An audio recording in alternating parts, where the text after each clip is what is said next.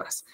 También, no solamente para confirmar, sino también para descartar un diagnóstico, también se solicitan pruebas de laboratorio, a veces para rectificar un diagnóstico, para establecer un diagnóstico, lo que conocemos como el tamizaje, ¿no? A lo que el personal médico conocemos como el screening, ¿no? Que el screening, que en inglés es básicamente poner en evidencia lo que está oculto, ¿no? Por ejemplo, en las pruebas de VIH, por ejemplo, ¿no? Realizamos tamizajes de hepatitis B también.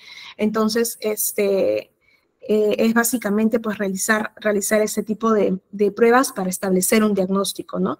Y pues si esos métodos, estos screenings salen positivos, pues estaría confirmando o estableciendo el diagnóstico, ¿no? También estas pruebas de laboratorio sirven como guía para un seguimiento de ciertos pacientes que tienen un tratamiento pues a largo plazo, ¿no?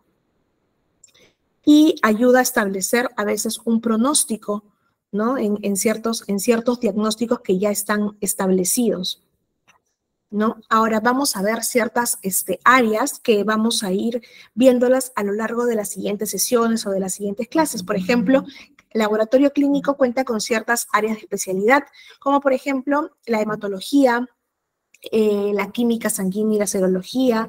También vemos observamos exámenes de coproparasitológicos, ¿no?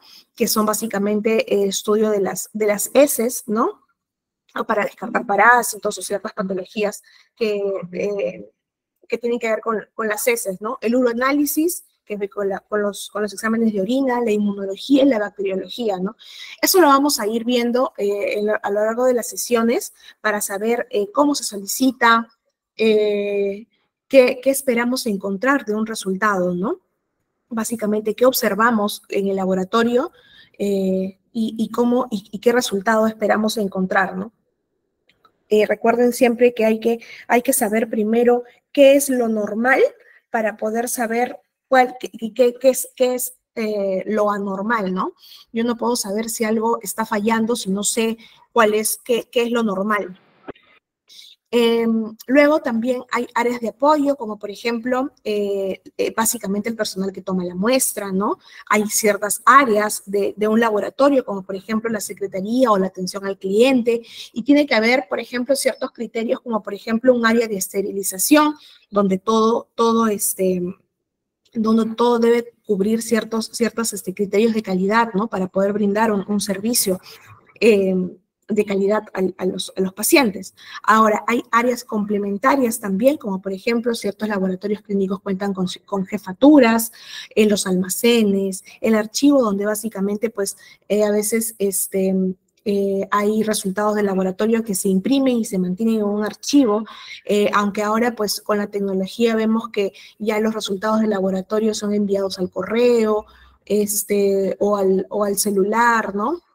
Ya no los imprimen, pero igual siempre se sugiere que deben haber archivos en físico, no solamente en los laboratorios, sino también en hospitales, ¿no? En centros de salud, en postas. Siempre se sugiere que se tengan archivos en físico. Por ejemplo, el vestuario, cuando hay tomas de muestra que requieren pues el uso de EPP o específico, ¿no? También debe haber esta área. Y los servicios higiénicos, pues, ¿no? Que forma parte, pues, de las áreas complementarias.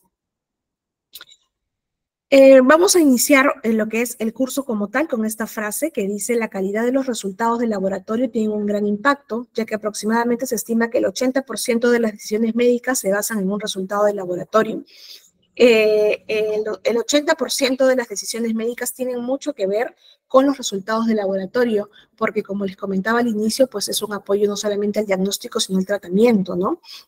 Antes, las pruebas, los laboratorios clínicos, por ejemplo, en una prueba de beta-HCG, que es la hormona para detectar el embarazo, por ejemplo, antes había que esperar hasta 3 días. Lo que hacían era extraer una muestra sanguínea y se la colocaban a las ranas, ¿no?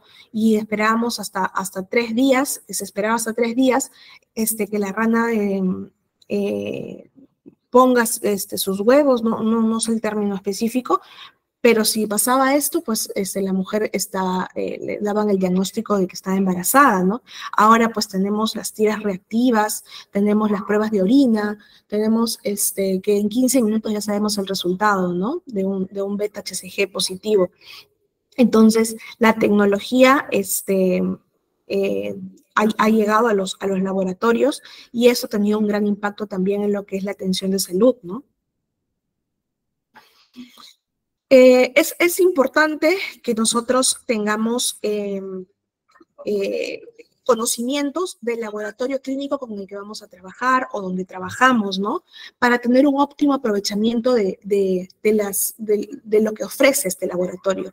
Primero hay que saber específicamente qué estamos buscando, ¿no? ¿Qué prueba pues, ha solicitado o qué prueba estamos solicitando, ¿no? Hay que conocer al laboratorio al que se solicitan los estudios, básicamente. ¿Qué áreas tiene este laboratorio? ¿Qué pruebas me ofrece cada área, ¿no?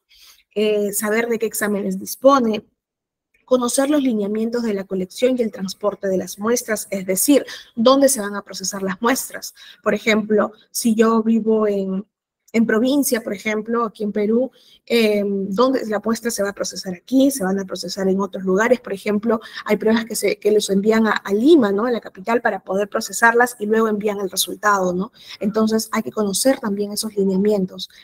Hay que conocer los límites de referencia, es decir, qué parámetros consideran como normal de repente en un hemograma o en un examen de orina, ¿no? Hay que conocer eso. Conocer las limitaciones de las pruebas, ¿no? De repente no cuentan con esa prueba o no cuentan con una buena tecnología o de repente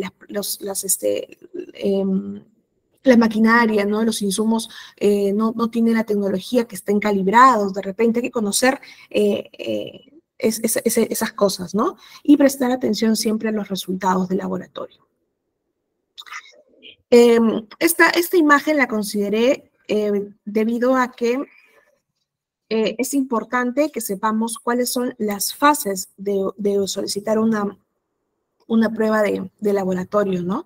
Lo que se llama el TTP, que es el proceso del testeo total, ¿no? O sea, de toda la ruta que sigue una muestra para llegar al resultado, ¿no? Básicamente, este estudio nos dice que básicamente la idea de solicitar una prueba viene de la evaluación de la evaluación y del criterio del médico, ¿no? Entonces, por eso vemos ahí un cerebro que básicamente solicita la prueba y ahí inicia lo que vendría a ser la fase preanalítica, ¿no? Con la orden de este estudio o de este analito, ¿no? Luego viene la siguiente fase de la parte preanalítica, que sería pues la recolección de la muestra, rotular específicamente, identificar, ¿no? La muestra para que no haya ninguna pérdida o confusión de pacientes, el transporte, cómo se prepara, ¿no? La muestra para poder ser evaluada. Luego viene la parte analítica, que es como tal el análisis de la muestra, y la parte o la fase posanalítica, que vendría a ser el reporte y la interpretación, ¿no? Y nuevamente el resultado conlleva a una acción por parte del personal de salud que ha solicitado esta muestra, ¿no? Entonces, como vemos, es todo un círculo, ¿no? Sigue una ruta, ¿no? Que es en cuanto a tiempo, ¿no? Tiene que llegar, pues, del personal que solicita, y los resultados deben llegar al personal que solicita, ¿no? Entonces, aquí está básicamente el resumen de lo que les comentaba. La fase preanalítica, pues, es la obtención de la muestra biológica con calidad analítica, ¿no? Es decir, con ciertos criterios de calidad para que pueda ser analizada, ¿no? Es la fase preanalítica. La parte analítica como tal, que es aplicar un método para obtener los resultados, es decir, qué tipo de análisis o qué tipo de evaluación le voy a hacer a esa muestra. Y la fase postanalítica, que sería, pues, obtener un resultado para poder interpretarlo y pueda llegar al personal de salud y brinde un diagnóstico y posterior tratamiento, ¿no? En la fase preanalítica tenemos al inicio lo que es la solicitud del examen, la preparación del paciente, se selecciona y se toma la muestra y pues lo que abarca un transporte oportuno. Aquí es importante, en lo que corresponde a la solicitud de examen como tal, hay 4 sectores principales que debemos considerar en lo que es la solicitud, ¿no?, del examen. Primero, la identificación. Siempre hay que colocar los datos del paciente, ¿no? Siempre hay que colocar el nombre completo, la edad, ¿no? Los datos relativos de la extracción, es decir, por ejemplo, qué tipo de toma va a ser cuando el paciente esté con algún medicamento, sin medicamento, de qué lugar se va a extraer la muestra, ¿no? ¿Por qué se está solicitando este examen? Es importante, por ejemplo, en los pacientes diabéticos, o lo que tenemos sospecha de diabetes, es importante considerarlo dentro de la solicitud si estamos pensando en descartar una diabetes o si, por ejemplo, estamos solicitando una glucosa para el control de un paciente que ya es diabético, ¿no? Es importante considerarlo esto dentro de la solicitud de examen. Ahora, las condiciones particulares del paciente, ¿no? Por ejemplo, como les mencionaba, si el paciente tiene que estar en ayunas o de repente, en el caso nuevamente de la glucosa, es una glucosa que se puede tomar al azar, que significa en cualquier momento del día, ahí los parámetros cambian, ¿no? Entonces, hay que considerar también las condiciones de cada paciente, ¿no? Y si, pues, obviamente, el laboratorio cuenta con este examen que yo estoy solicitando, ¿no? Que sería la prestación solicitada. Aquí vemos un ejemplo. Por ejemplo, aquí le han colocado el diagnóstico, infección de sitio quirúrgico, ¿no? En la parte de aquí arriba, infección de sitio quirúrgico, han especificado el diagnóstico. En la parte de bacteriología le han puesto de secreción de herida quirúrgica. Pero aquí, por ejemplo, no vemos el nombre del paciente, no vemos los datos del paciente. Si ustedes colocan, por ejemplo, en el diagnóstico infección de sitio quirúrgico y están solicitando que se haga un estudio o una evaluación de la secreción de la herida, ¿qué más considerarían ustedes colocar? Si están solicitando al laboratorio que evalúen, pues, una secreción de una herida, ¿qué considerarían ustedes agregar aquí? ¿Qué es lo que falta? ¿Los leo o los escucho?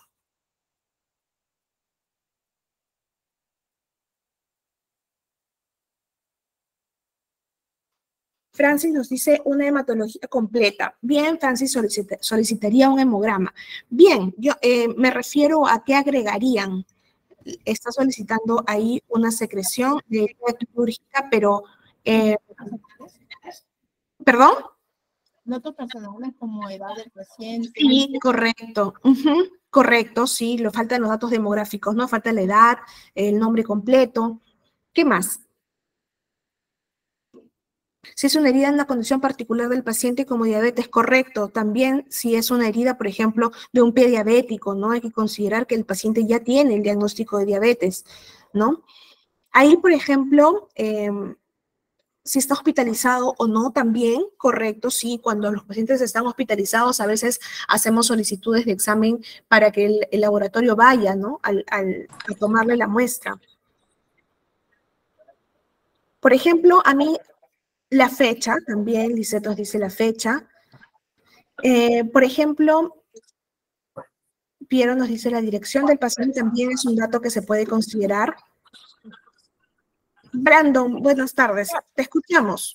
O tu micro se activó, por favor. Brandon, ya, listo, gracias.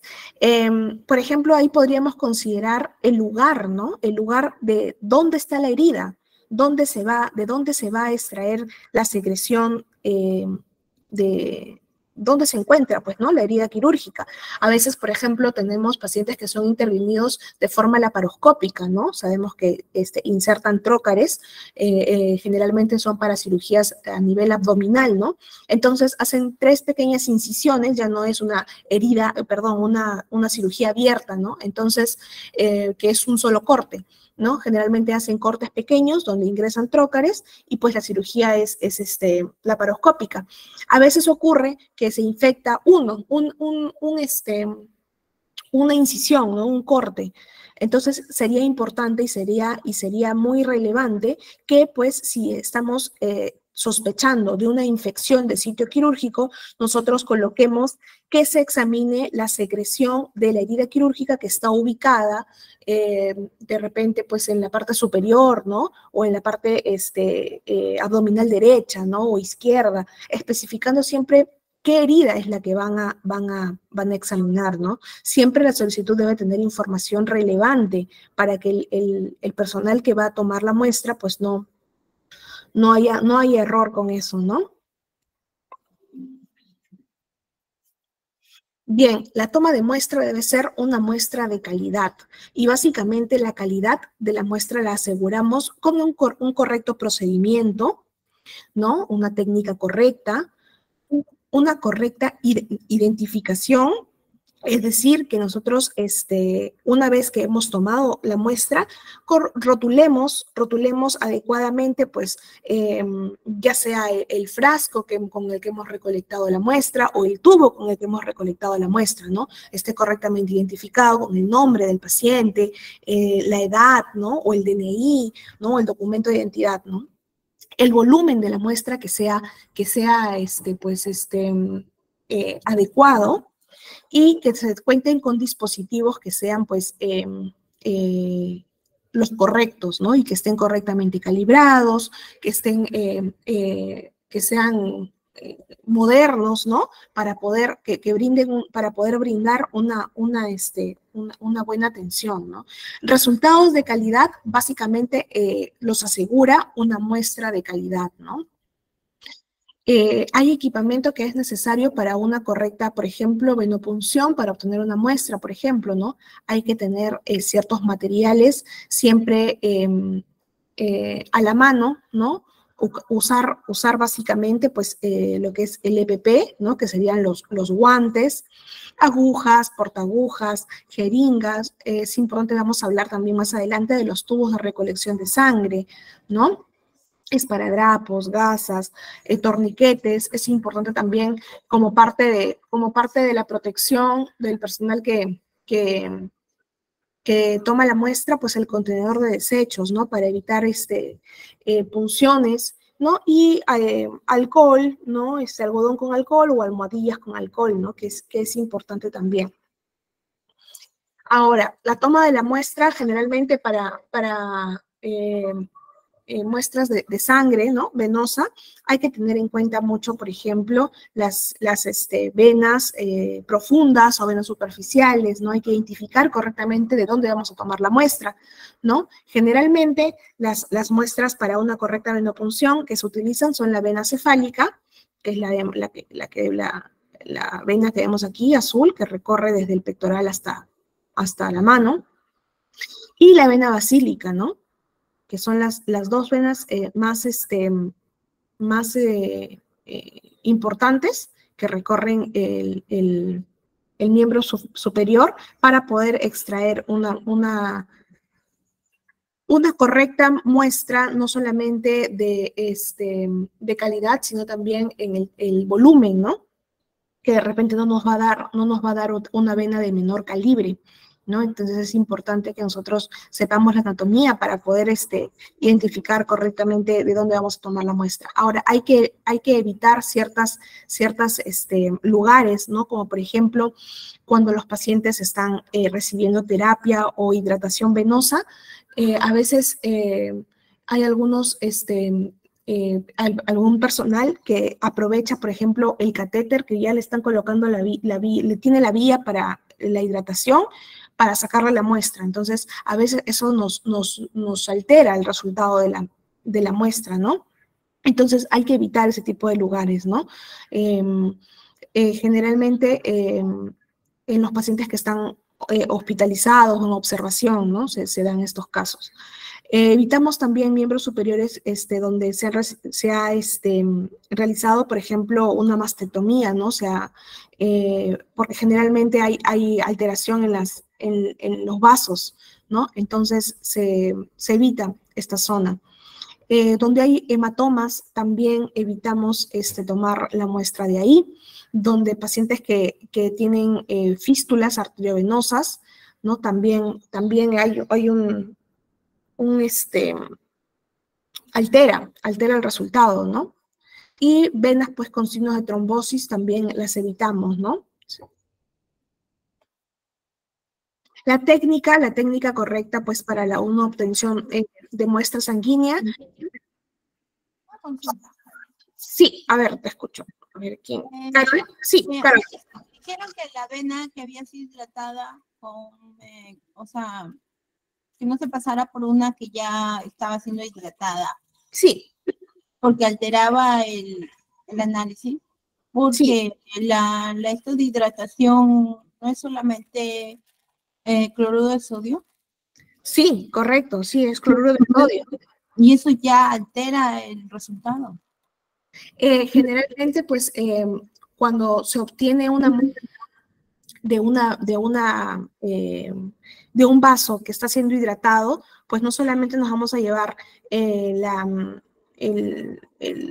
muestra, ¿no? Como tal de la sangre, sino también que vamos a de alguna manera tener una parte de la sustancia que con la que estamos hidratando, ¿no? Ya sea no solamente es cloruro de sodio, también puede ser una sustancia glucosada, ¿no? Entonces, ahí no solamente se hidrata con cloruro, sino hay otro tipo de sustancias con las que se puede hidratar a un paciente. Entonces, esto de alguna manera altera las células sanguíneas, ¿no? Entonces, podría alterar, ¿no? Por ejemplo, se me ocurre el volumen corpuscular medio, de repente de un eritrocito, no vamos a encontrar un eritrocito normal. Eso lo vamos a ver ya en la siguiente sesión de hematología, pero sí podría haber una alteración, ¿no? Ya, listo. Marlene, sí, te escuchamos.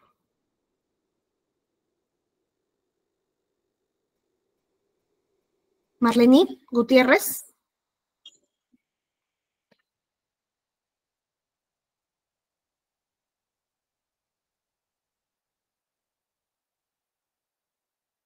Marlene Gutiérrez, tienes la manita levantada, te escuchamos.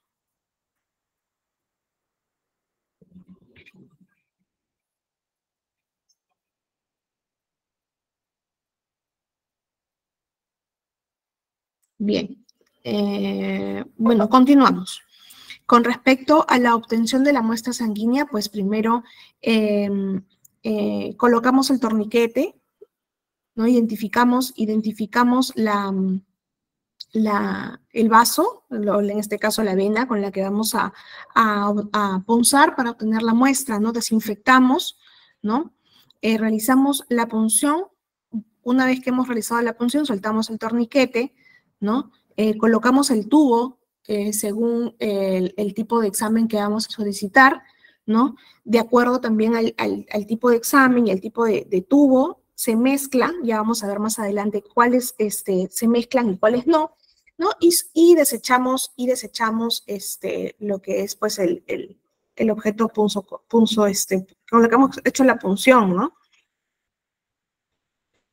Es importante para la toma de la muestra de sangre venosa, pues el tipo de tubo, ¿no? que vamos a utilizar. Tenemos una amplia contenido de tubos, ¿no? Para la recolección de muestra, que se identifica por colores, ¿no? Vamos a hablar de los que son más utilizados. Por ejemplo, está el tubo de tapa azul o de tapa celeste, ¿no? Que tiene un aditivo que sería el citrato de sodio, que básicamente se utiliza, pues, para las pruebas de coagulación, ¿no? Como, por ejemplo, el tiempo de protrombina, el tiempo de trombina, ¿no? Fibrinógeno, ¿no? Este citrato de sodio básicamente lo que hace es que actúa como un anticoagulante, ¿no? Que interrumpe pues la cascada de coagulación y de alguna manera pues el transporte es importante para poder evaluar la muestra a tiempo, ¿no? Hay que mantener siempre una proporción adecuada entre la cantidad de la sangre y el anticoagulante, ¿no? Generalmente estos tubos vienen con una rotulación de hasta dónde debe ser el volumen de muestra que se debe tener, ¿no? Ahora,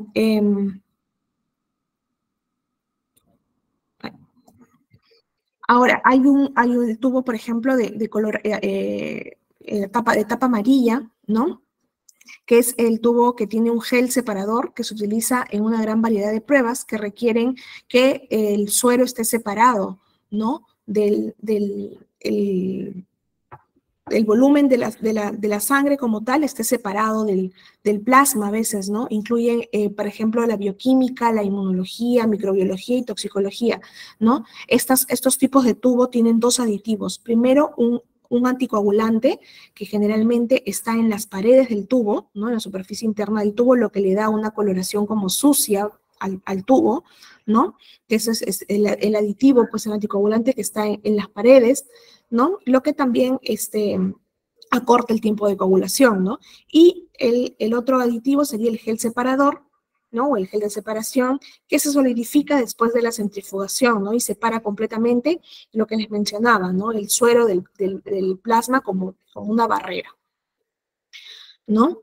Están luego los tubos de tapa roja, ¿no? Que no tienen ningún aditivo, ¿no? Lo que permite de alguna manera que la sangre se coagule y permite con mayor facilidad que se separe el suero, ¿no? Las pruebas para las que se utiliza este tubo generalmente son para la serología, para realizar perfiles, ¿no? Como un perfil tiroideo, un perfil lipídico, un perfil hepático, ¿no? Pruebas de funcionalidad hepática y algunos marcadores tumorales, ¿no? El tubo ETA, que es el tubo de tapa morada, ¿no? Que es el tubo utilizado en hematología para realizar, por ejemplo, pruebas cruzadas, grupos sanguíneos. Este también tiene un potente anticoagulante que está en las paredes del tubo, ¿no? Básicamente su acción es unirse al calcio en la sangre, lo que produce también la coagulación, ¿no? Y protege de alguna manera la integridad de las células sanguíneas, ¿no? La característica de este tubo es de que protege a los eritrocitos hasta 48 horas, por ejemplo, ¿no? No quiere decir de que, por ejemplo, nosotros vamos a extraer una muestra, por ejemplo, en este tubo de tapa morada, y vamos a esperar hasta 48 horas para procesar la muestra. No, generalmente hay dos tipos de aditivo, ¿no? El ETA K2 y el ETA K3. Por ejemplo, los que más se recomienda es que los tubos tengan el ETA K2, porque es lo que protege a las células sanguíneas, ¿no? Después de cierto tiempo, las células sanguíneas se modifican, ¿no? Pueden aumentar de tamaño, y vemos una variación en el número y forma, ¿no? De los eritrocitos. Entonces, lo importante es tomar la muestra y poder procesarla lo más rápido posible, ¿no? ¿Por qué no utilizamos el otro aditivo que es el ETA-K3? ¿No? Generalmente se ha observado que ocasiona una disminución en el hematocrito, ¿no? Entonces, antes de tiempo nos da una alteración ya en lo que son las células sanguíneas, ¿no? De tal manera que encoge los eritrocitos en un 2% y el recuento disminuye en un 1%, ¿no? Entonces vamos a ver eritrocitos que se reducen de tamaño y de alguna manera mueren, ¿no? Los eritrocitos, por lo tanto disminuye el recuento. Ahora, hay tubos que tienen como lo hemos visto, el anticoagulante, el aditivo en las paredes, ¿no? Lo que, por ejemplo, se requiere de más inversiones para que la muestra pueda unirse con el aditivo, ¿no? Como por ejemplo tenemos al tubo de tapa morada, que lo hemos visto, ¿no? Y por ejemplo, también tenemos el de tapa verde, que también se requieren varias inversiones para que la muestra se pueda mezclar. A diferencia, por ejemplo, del tubo de tapa azul, que tiene el citrato de sodio, porque este anticoagulante está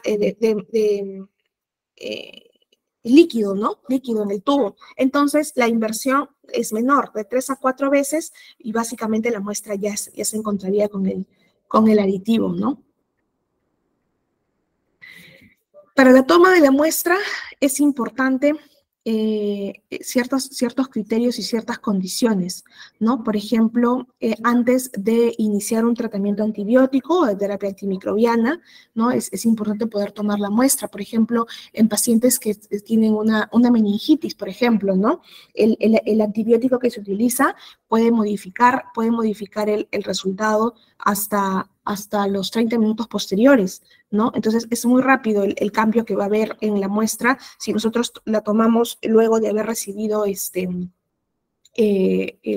tratamiento, ¿no? Igual pasa, por ejemplo, con los cultivos, ¿no? Los cultivos de orina, por ejemplo, el más básico, pueden alterarse, ¿no? Y vamos a tener falsos negativos. Además, la muestra debe reflejar el proceso infeccioso por el cual se está solicitando pues, el examen, ¿no? Y siempre hay que minimizar la contaminación.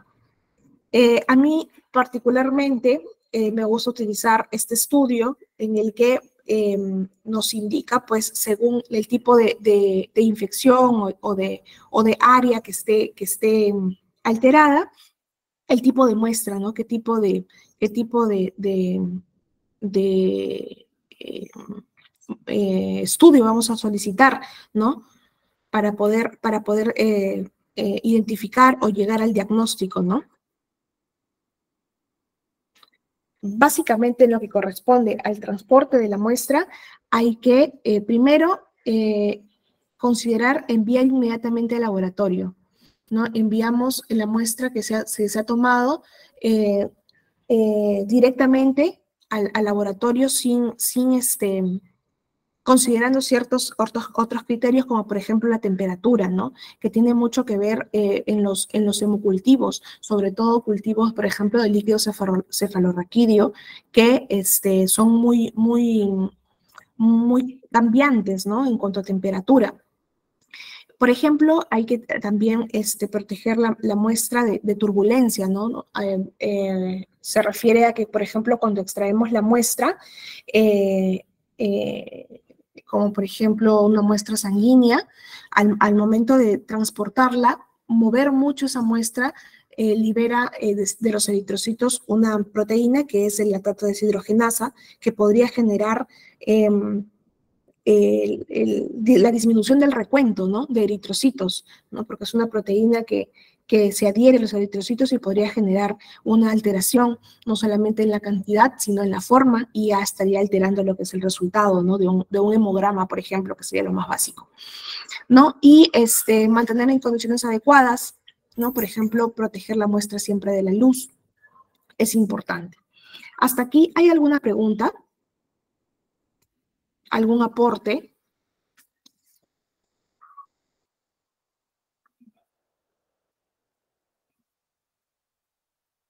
Profesora, una pregunta. Si la sangre se coagula, ¿ya pierde su efectividad para servir para toma de muestras? ¿Me tendría que volver a repetir la muestra? Sí, claro. Cuando depende, pues, ¿no? Si la muestra se coagula antes de qué tipo de examen vas a solicitar, ¿no? Porque recordemos que los tubos tienen un anticoagulante, ¿no? Entonces, si necesitamos que la prueba se coagule, pues hay que utilizar el tubo adecuado, ¿no? Por ejemplo, o de repente si vamos a separar plasma, ¿no? Es necesario utilizar, por ejemplo, los tubos de tapa roja que no tienen ningún anticoagulante, ¿no? Entonces, depende de qué tipo de examen vayamos a solicitar. Claro, por decir un examen, como se dice, el de embarazo, Ujú, en el que se usa el plasma. Si ya se coagula, tendría que repetirse la muestra. claro. Melanie, a ver, nos dice, ¿qué es pruebas cruzadas? Las pruebas cruzadas son procedimientos que se utilizan generalmente para ver la compatibilidad entre un donante y un receptor. Esas son las pruebas cruzadas.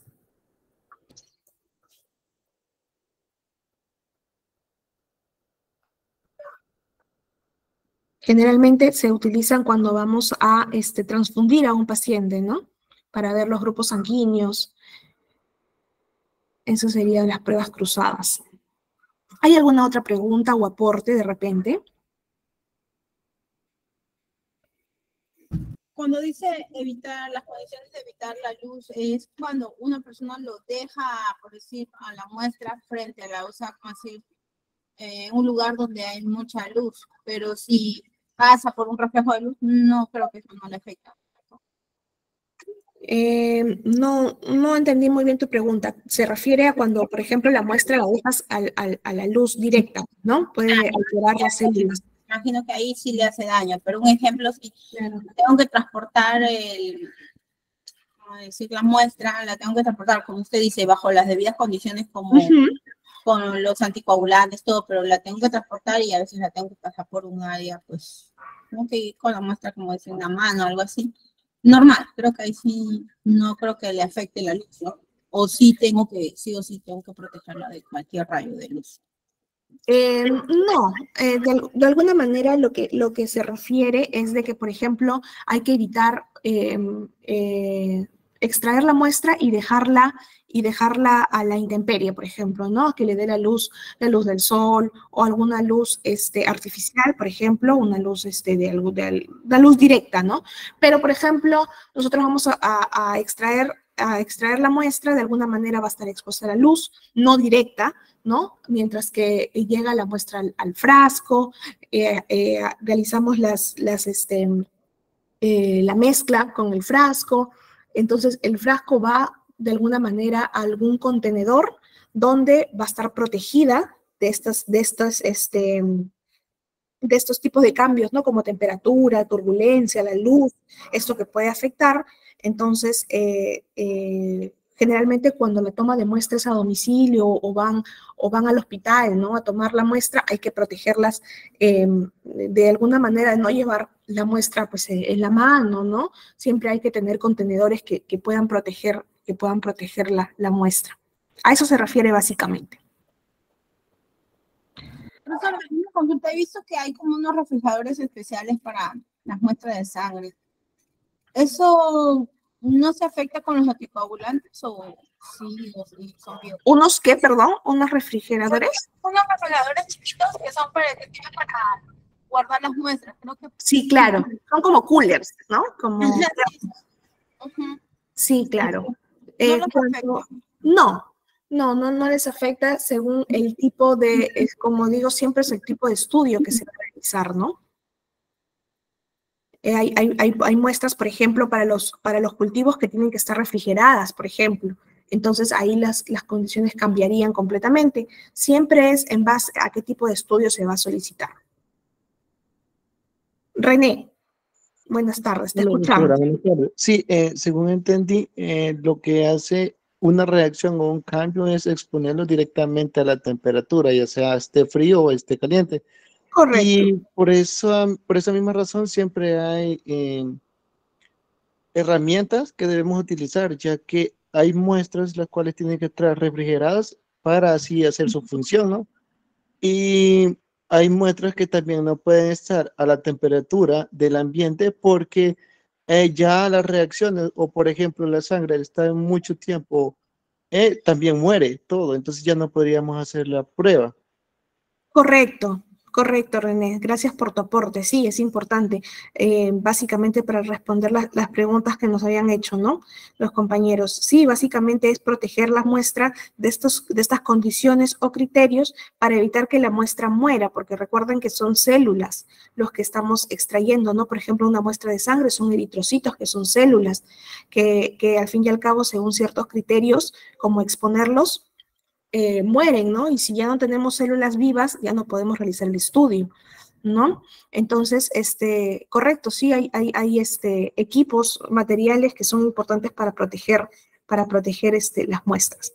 Ahora, Lex nos dice, ¿los donantes con diabetes tienen la sangre más espesa? No necesariamente, sí, tienen otras condiciones, ¿no? Otras condiciones de los eritrocitos generalmente tienen una forma diferente, un tamaño diferente, por ejemplo, hay la hemoglobina glicosilada que se identifica con pruebas sanguíneas, ¿no? Entonces, va a tener un contenido diferente que no necesariamente lo hace más espeso, sino que las características es diferente en pacientes diabéticos. René, te escuchamos. Sí, conforme lo de la sangre más espesa, creería yo, mis saberes previos, que sería el contrario. Prácticamente los pacientes que tienen esa enfermedad, ¿no? Pues tienen la sangre como más débil, la hemoglobina es más variada e incluso a veces tienen más glóbulos blancos. Por ende, la sangre está más débil y más, de una forma más rara, ¿no? Y por eso es que cuando tienen una herida o algo les cuesta también en sanar, ¿no? Pues porque no tienen la misma función en las células. Correcto. Sí, no necesariamente cambia en lo que es la textura, o sea, no necesariamente cambia en cuanto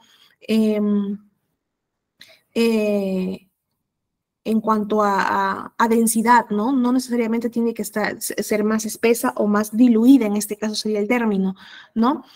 Pero sí cambian ciertos criterios. Por ejemplo, lo que nos mencionaba el compañero, que, por ejemplo, demora las heridas más en cicatrizar porque las plaquetas bajan, ¿no? Entonces, ya son criterios que vamos a encontrar diferente a un paciente pues, que no es diabético, ¿no?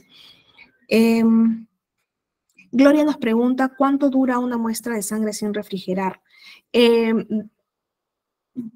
Bueno, los eritrocitos viven hasta 72 horas, ¿no? Que son 3 días. Ahora, si lo pones con un anticoagulante, ya las condiciones de estos eritrocitos se modifican, ¿no? De acuerdo al tipo de anticoagulante, de acuerdo a cómo va a ser el mecanismo de anticoagulación, ¿no? Como habíamos visto que hay hay frascos con heparina, frascos con citrato, ¿no? Entonces, algunos se adhieren pues al calcio de los eritrocitos y ya son eritrocitos un poco más débiles y de alguna manera pues viven menos, ¿no? Entonces, se considera que sin refrigerar y sin ningún aditivo, pues los eritrocitos viven hasta 72 horas, ¿no? A ver, Lex, buenas tardes, te escuchamos. Buenas tardes, licenciada. Le habla Miguel Sánchez. ¿Cómo Licenciada, estás? yo soy donante de sangre. Cada 6 o 4 meses dono sangre.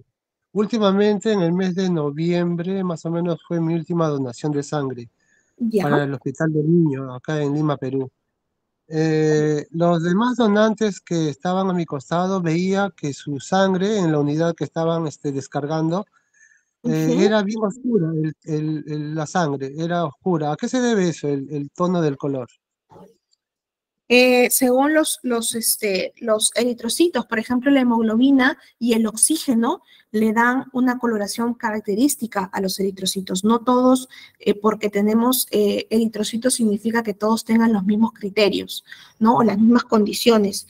La hemoglobina, el oxígeno les da una coloración más roja a veces a la sangre, que no necesariamente significa que la persona que lo tenga un poco más opaca significa que esté mal, ¿no? Sino que de repente hay poca concentración de oxígeno y pues esto le da una característica diferente, ¿no? Son cualidades, son criterios, son características de cada eritrocito, ¿no? No necesariamente uno debe estar mal, ¿no? Así como cada cuerpo es diferente, tiene ciertos criterios, ciertas características. Por ejemplo, no todos tenemos las mismas enzimas, no todos tenemos las mismas proteínas, ¿no? Algunos tenemos microorganismos buenos más que otras personas, ¿no? Por eso a veces hay alimentos o medicamentos que algunos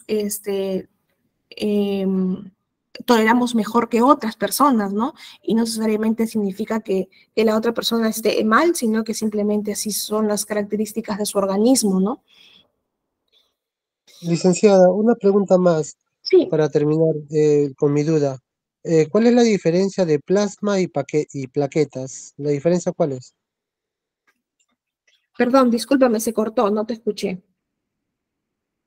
Quería saber la diferencia entre plasma y plaquetas. Son componentes de la sangre. El plasma es el componente líquido de la sangre, ¿no? Es el componente donde están los glóbulos rojos, los leucocitos, las plaquetas, ¿no? Entonces, es ese medio líquido en el que está la sangre, a eso le llamamos plasma. Básicamente está formado, pues, por agua, sales minerales, ¿no? Proteínas. Básicamente, eso es, a veces necesitamos separar ese plasma para poder realizar el estudio de lo que necesitamos, ¿no? Muchas gracias, licenciada. Ya, perfecto. ¿Alguna otra pregunta? Doctora, un ejemplo también es con que todas las personas somos diferentes, también es con la testosterona, ¿no? Que nos da la energía. Y hay personas de que les da menos energía, o hay personas de que tienen un tipo de insuficiencia en ella, ¿no? Y por más alimentos o lo que haga, pues no tienen la suficiente energía para su día a día. E incluso hay personas que les ponen terapias de tomar sol para que mejore la energía del cuerpo. Sí, claro, en realidad pasa con todas las hormonas, con las vitaminas, ¿no? No todos tenemos las mismas concentraciones de hormonas o proteínas, ¿no? Por ejemplo, lo que tú mencionabas, lo de exponerse al sol, por ejemplo, nos aporta la vitamina D, que no todos, debido a que no todos tenemos la misma alimentación, ¿no? Entonces, esta vitamina también la encontramos en algunos alimentos. Entonces, al tener esta característica diferente, pues no todos tenemos la misma concentración, algunos estamos expuestos un poco más, un poco menos al sol, entonces también estos niveles pueden variar y lo mismo ocurre con las hormonas, ¿no?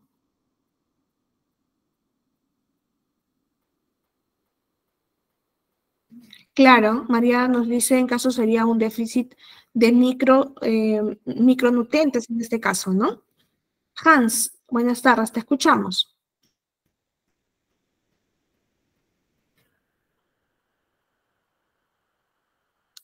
Hans Torres.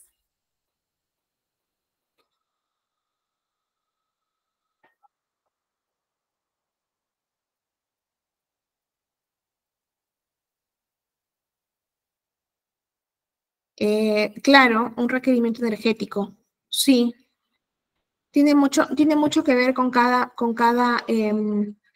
organismo, ¿no? Y el procesamiento de carbohidratos, proteínas, ¿no? Y cómo absorben las vitaminas. Eso depende de cada organismo, como les comentaba. Bien, entonces continuamos con las láminas. Hemos terminado hasta aquí lo que es la fase preanalítica, ¿no? Entonces hemos visto cómo tomar una muestra, cómo solicitar primero una muestra, cómo tomar la muestra, cómo identificar al paciente, ¿no?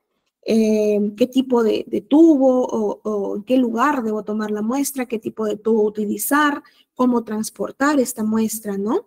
Qué criterios debo tener con cada paciente, si es que está en un tratamiento antibiótico previo o ciertas condiciones de cada paciente, ¿no? Entonces, hasta aquí termina la parte, lo que es la parte preanalítica. Entonces, ingresamos a lo que es la fase analítica como tal. En esta fase es básicamente cuando ya tenemos la muestra del paciente lista para la prueba, ¿no? Y empezamos a analizar tal cual, ¿no? Empezamos a evaluar. Y finaliza esta fase cuando ya tenemos el resultado de la prueba, ¿no? Hay que tener ciertos criterios al momento de poder evaluar o analizar las muestras, como el control de calidad, es decir, que la muestra haya sido la correcta, la cantidad correcta, con el paciente correcto, ¿no? Tener un control de calidad. La calibración de los sistemas de medida es lo que les decía, por ejemplo, que las máquinas donde se va a centrifugar una muestra, ¿no? Básico para separar el plasma, ¿no? Que es un examen que es rutinario, ¿no? Que nos da, por ejemplo, un hemograma, ¿no? Que es un examen que también es rutinario. No puede estar descalibrado, ¿no? No puede darnos falsos parámetros porque estaría alterado lo que es el resultado, ¿no? Y básicamente la obtención de los resultados. Ahora, esto depende mucho, como les digo, del tipo de instrumento que utilicemos, ¿no? En el caso de la máquina, ¿no? De los instrumentos que vamos a utilizar, porque se calibran de acuerdo a la marca, de acuerdo al año de fabricación. Hay ciertos criterios también para eso, ¿no?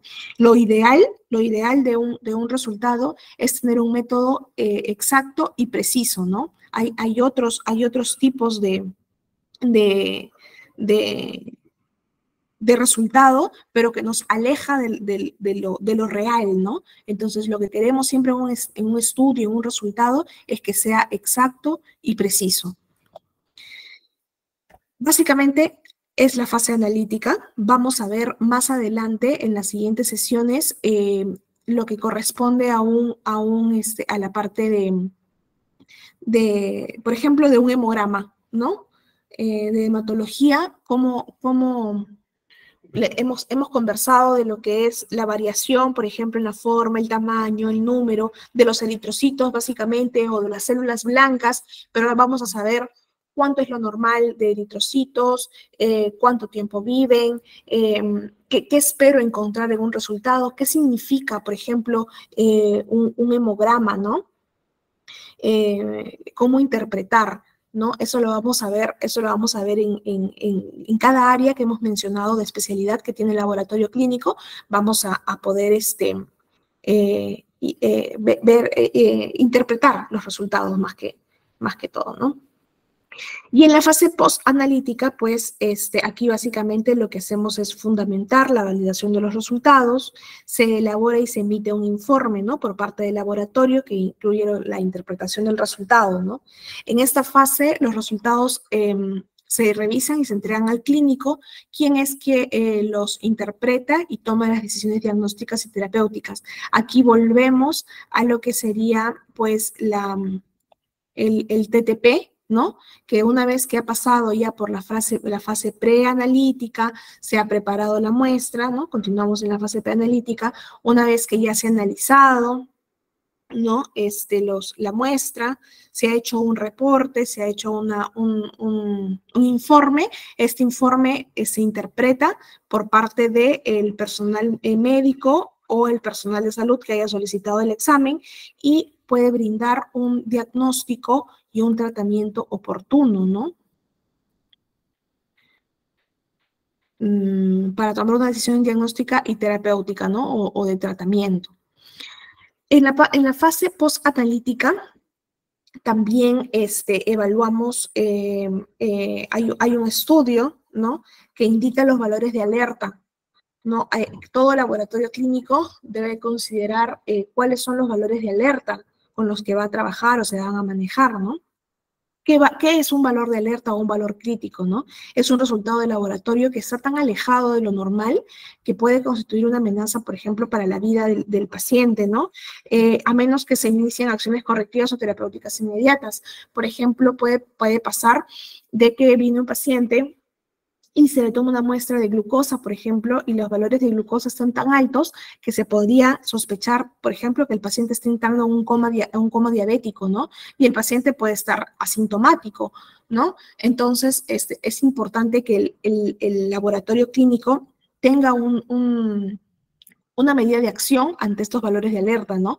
De tal manera que se asegure de que el médico o el personal médico o el personal de salud en general que haya solicitado este examen, le llegue el resultado, porque a veces enviamos el resultado al paciente y el paciente hasta que de repente tenga una cita o vuelva a ver a su médico, entonces pasa mucho tiempo, ¿no? De esta manera nos aseguramos de que el personal de salud que haya solicitado la muestra o el examen tenga los resultados para que pueda iniciar un tratamiento, ¿no? O en realidad la medida terapéutica que considere el personal.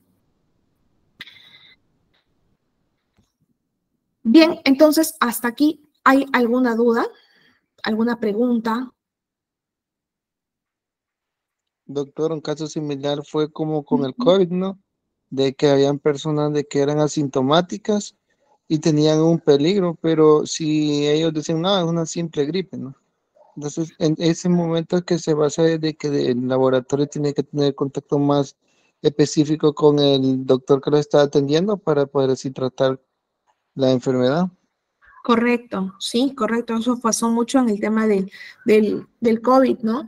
Por ejemplo, los centros de salud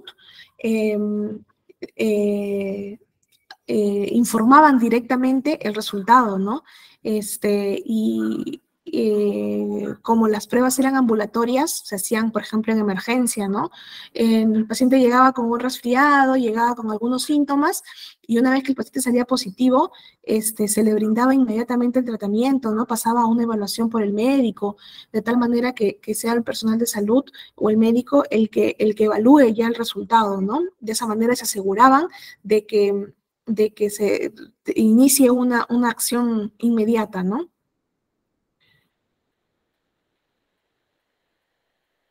Maylén Montilla, buenas noches, te escuchamos. ¿Me escucha? Sí, buenas noches, te escuchamos. Buenas noches. Con respecto al último punto que se trató en la fase posanalítica, cuando los resultados pudieran ser alarmantes en cuanto a sus valores, pero el paciente no está presentando sintomatología, ¿sería necesario ante estos resultados alterados, no, sino estos resultados elevados, repetir, hay algún protocolo para repetir el examen? En realidad, ese protocolo lo maneja cada laboratorio, por eso les comentaba que cada uno tiene que tener un método para poder identificar. Por ejemplo, si volvemos al tema de la glucosa, ¿no? Si yo sé, por ejemplo, que mi máquina de repente puede estar descalibrada o que hay algún rango en el que esté fallando y es probable de que sea un falso resultado, lo ideal sería repetir y asegurarnos como laboratorio de que el resultado es el correcto. Pero si las condiciones en las que se ha tomado la muestra, las condiciones del equipo con el que yo cuento, no hay ningún error, entonces lo ideal sería dar a conocer el resultado al médico tratante o al personal de salud que haya solicitado, ¿no? Del resultado para poder iniciar de manera inmediata, pues, ¿no? Ok, gracias. Listo. A ver, Miguel nos pregunta, los rangos están en el archivo que nos envió en el grupo. ¿A qué rangos te refieres? ¿A los parámetros que hablamos, por ejemplo, del hemograma, esos rangos? Sí, licenciada, a esos rangos me refería. Ya, eso lo vamos a ir comentando en cada sesión. Recuerden que esta es la parte introductoria del laboratorio. Entonces, por ejemplo, en la parte de hematología, vamos a ver lo que es el hemograma y ahí vamos a hablar de los parámetros, ¿no? ¿Cuál es lo normal? De eritrocitos, de leucocitos, de plaquetas. Ahí vamos a poder ver específicamente cada parámetro, también para que ustedes lo tengan en cuenta, ¿no? Porque si ahorita lo comentamos de manera introductoria, para la posteridad se nos olvida, porque son valores que son estándar, pero son muchos, ¿no? En un hemograma, por ejemplo, el valor de los leucocitos, ¿no? No es el mismo, ¿no? Que las plaquetas, por ejemplo. Sí, todo su tiempo. Entonces, en la siguiente sesión vamos a ver esa parte de hematología. A ver, Daniel nos dice, ¿hay algún protocolo para toma de muestras sanguíneas o de muestra que nos podría citar y guiarse? Básicamente la técnica de toma de muestra, voy a buscar el estudio, el artículo que indica cuál es la técnica universal para un procedimiento correcto de toma de muestra y se los estoy enviando. No lo tengo ahorita a la mano, pero lo voy a enviar para que ustedes puedan revisarlo. Sí hay un estudio para una correcta toma de muestra.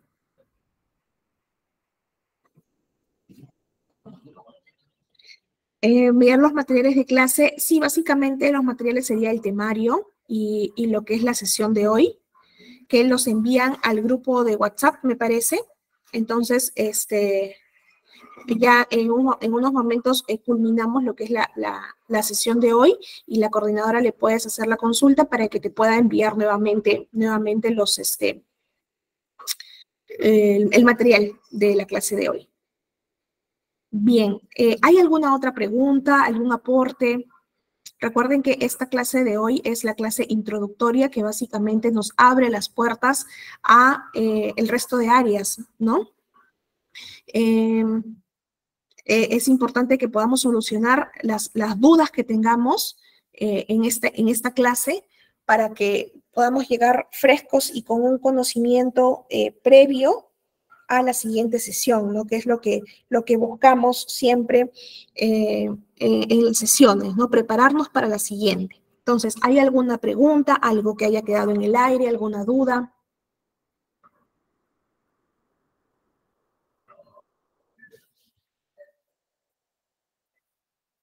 Sara, tengo una super consulta. Sí, te escucho. Como vuelvo a repetirle, no sé si estoy viendo correcto, pero he escuchado que hay como unos refrigeradores especiales para conservar las muestras de sangre. Pero quería saber, hay también geles anticoagulantes.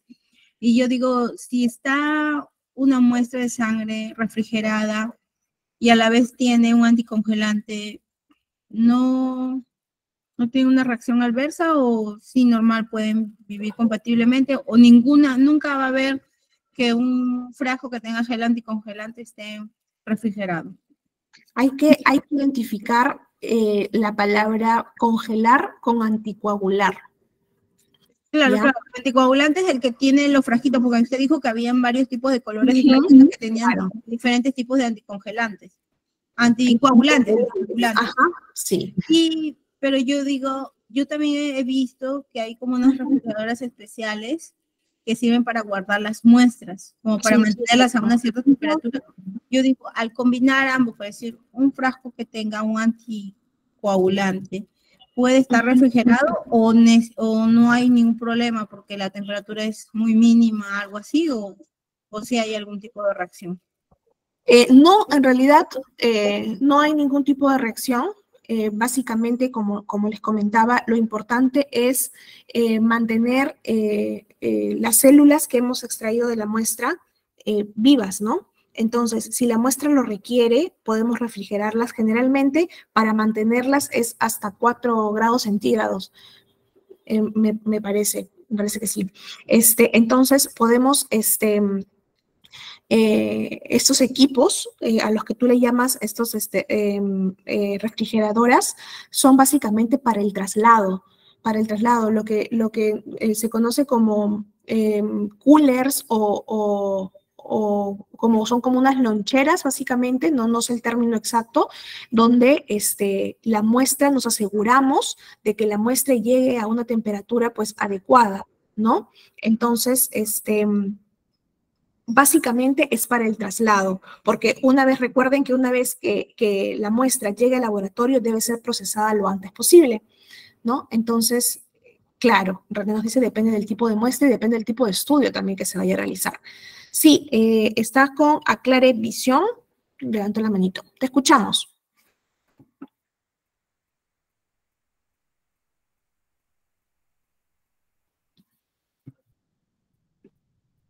Buenas noches, señorita. ¿Cómo está? Buenas noches, te escuchamos.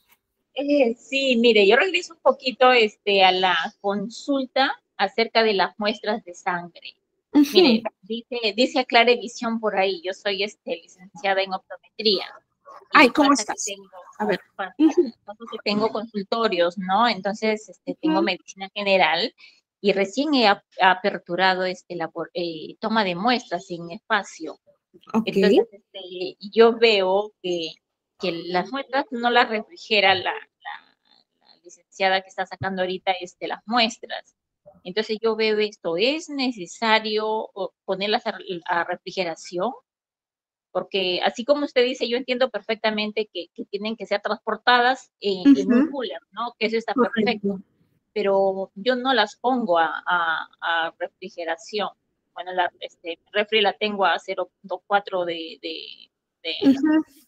de velocidad, ¿no? De frío. De frío. Entonces digo, es necesario porque yo no las pongo. Por ejemplo, yo pongo las heces, la orina, de inmediato a la refrigeradora, pero la sangre no. ¿Está bien o tengo que ponerla a refrigerar? Recuerda que hay un tiempo de vida, ¿no? De los eritrocitos.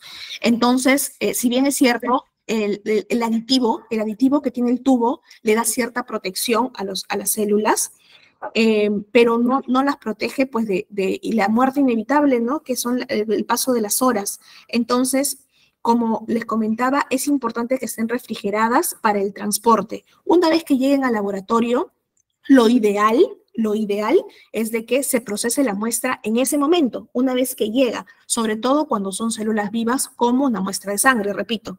Entonces, es importante y lo ideal sería que se procese en ese momento. Si de repente tú me dices, no, doctora, yo tengo otras muestras procesando y voy a esperar un par de horas de repente y voy a procesar esa muestra, podría tenerla en frío, ¿no? En frío para mantenerlas hasta que las procese, pero tampoco significa de que porque yo la mantenga refrigerada, la muestra va a durar más o va a ser igual que cuando llegó, ¿no? De alguna manera va a haber algún cambio.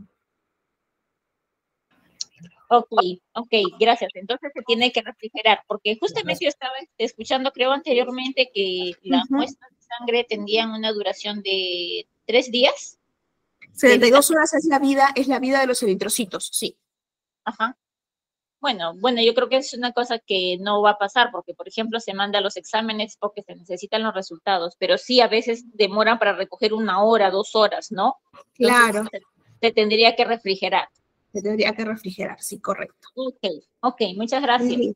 Listo. A ver, Lourdes nos dice, respecto a las fases, se dice que en la fase preanalítica es la fase que más errores presenta, correcto. A la actualidad, ¿existe algún plan para evitarlos o cómo se tratan esos errores? Primero, la fase preanalítica es la fase que tiene más errores porque es la fase que tiene, si se dan cuenta, más accionar humano. Me refiero a que la fase analítica como tal lo ve una máquina, no lo procesa una máquina, o en la parte básicamente a través del microscopio, ¿no? Lo puede hacer una persona, ¿no? Un personal de salud. Pero, por ejemplo, la fase preanalítica tiene más errores porque hay que rotular, hay que tomar la muestra, hay que transportar la muestra, ¿no? El tipo de tubo que se tiene que utilizar. Entonces, son varios pasos de la fase preanalítica para llegar a la fase analítica. Son muchos pasos que a veces el error humano, pues, se puede dar, ¿no? Entonces, el plan sería tener una técnica correcta, identificar exactamente qué tipo de estudio me están solicitando para poder utilizar el tubo correcto, ¿no? Entonces, tener un personal capacitado, básicamente, para que no hayan errores en esta fase, ¿no?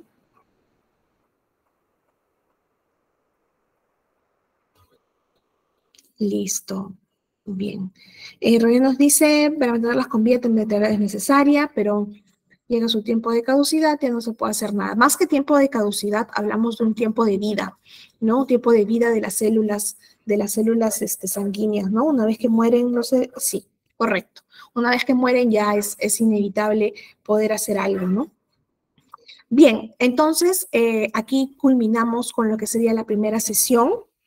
Yo espero que les haya servido como una apertura